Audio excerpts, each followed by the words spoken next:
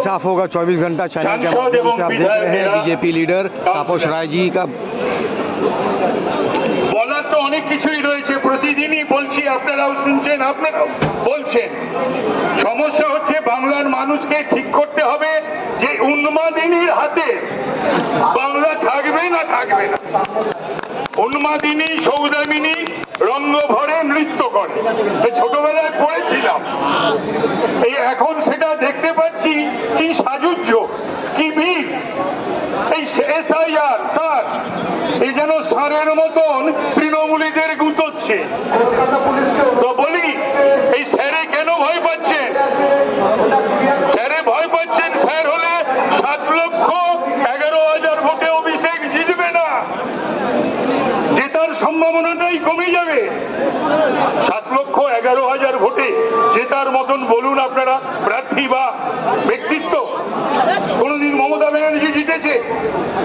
এর পূর্বে বাংলায় যখন 5 লক্ষ ভোটে জিতত সিপিএম এর অনিল বোস, তখন আপনারা চিৎকার করতেন, আমরা চিৎকার করতাম। 1 লক্ষ 1 লাখই বলে ডাকতাম তখন আমরা নন্দরানী দলকে।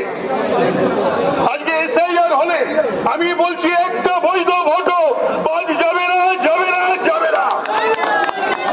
আবার তার সঙ্গে বলছি একটাও ভারতীয় নয় অবৈধ ভোট থাকবে না, থাকবে না, থাকবে না। নো এসআইআর, নো ভোট, এই হচ্ছে আমাদের বিজেপির স্লোগান বাংলার বুকে। No SIR, no vote. রাগ কেন?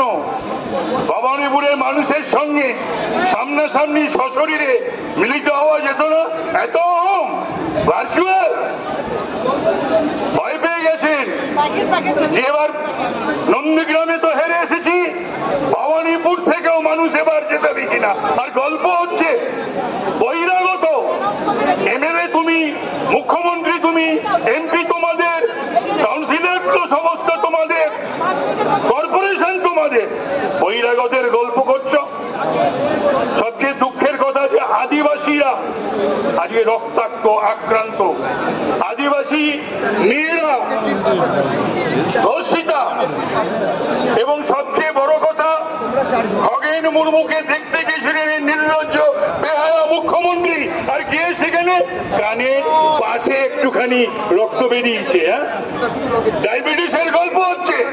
আর নিজের মাথায় ভেট্টি বাঁধলে তো 1 বছরের আগে খোলা হয় না, হাত বা পা না ভাঙলেও ব্যান্ডেজ করে 6 মাসের আগে সেটা খোলা হয় না। আজকে তাই হুইল চেয়ার।